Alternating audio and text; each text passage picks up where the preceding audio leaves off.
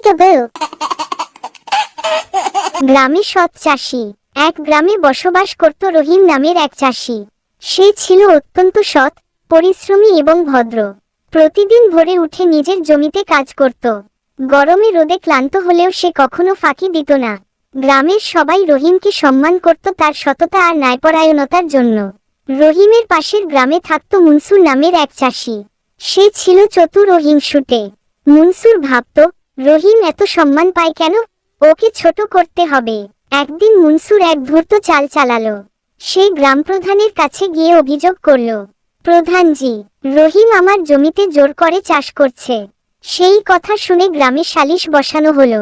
সবাই হাজির। মুনসুর চেঁচিয়ে বলছে, ও আমার জমি দখল করেছে। রহিম শান্তভাবে বলল, আমি নির্দোষ, প্রধানজি। আমি কারো জমিতে চাষ করিনি। গ্রামপ্রধান কিছু না বলে জমির সীমানা যাচাই করতে গেলেন।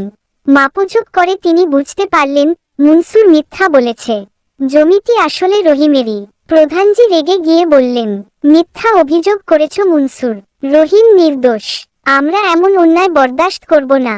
সবাই পাইহ করে রহিমের পাশে দাঁড়ালো। মুনসুর লজ্জায় মাথা নিচু করে চলে গেল। সেই দিন থেকে রহিমের সততা আরো বেশি পরিচিত হলো গ্রামে। আর মুনসুর বুঝল, মিথ্যার আশ্রয় নিলে শেষমেশ লজ্জায় পেতে হয়। দুটি নীতিবাক্য, সত্য পথে চললে শান্তি ও সম্মান দুটোই পাওয়া যায়। মিথ্যা কখনো স্থায়ী হয় না, শেষমেশ সত্যেরই জয় হয়।